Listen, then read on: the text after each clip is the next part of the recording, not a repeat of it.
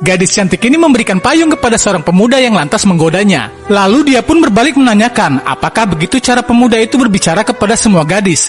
Tentu saja tidak, kecuali mereka sangat cantik, ujar pemuda ini. Mendengar perkataan itu, seketika saja sang gadis pun kesal dan pergi meninggalkannya. Tidak lama kemudian, Pak Pani pun datang menemui pemuda yang bernama Rahmana ini. Dia memarahi Balu karena tidak menghormati sang pemuda dan menyuruhnya duduk di sini.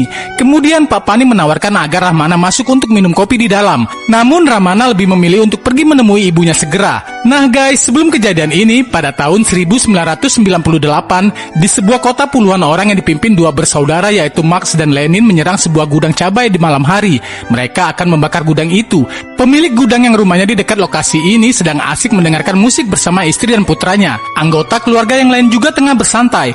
Lenin mulai membakar gudang hingga meledak. Si isi rumah pun kaget mendengar suara ledakan. Mereka lebih kaget lagi ketika melihat pabrik sudah terbakar. Satya bersama adik iparnya Ranggam dan yang lainnya berusaha melawan para penyerang.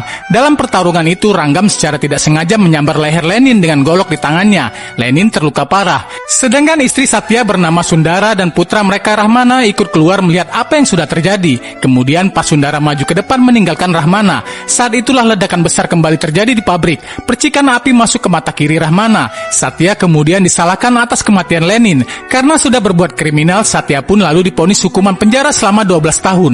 Mendapati suaminya di penjara, entah mengapa sang istri Pak Sundara memutuskan pergi meninggalkan rumah. Dia kemudian melanjutkan hidupnya bersama ayahnya di Hyderabad. Beberapa lama setelah itu, Pak Sundara pun menikah lagi dengan seseorang bernama Narayana. Beberapa tahun kemudian, pernikahan itu menghasilkan seorang putra. Ayah Pak Sundara yang bernama Suami sangat menyayangi cucu laki-lakinya itu. 25 tahun telah berlalu, ayah Pak Sundara menjadi tokoh politik berpengaruh, sedangkan putrinya Pak Sundara akan diangkat sebagai Menteri Hukum. Keputusan itu tidak disukai oleh Madubala yang sangat menginginkan jabatan Menteri Hukum. Madubala yang pernah 2 kali menjadi MLM merasa lebih pantas menduduki jabatan itu.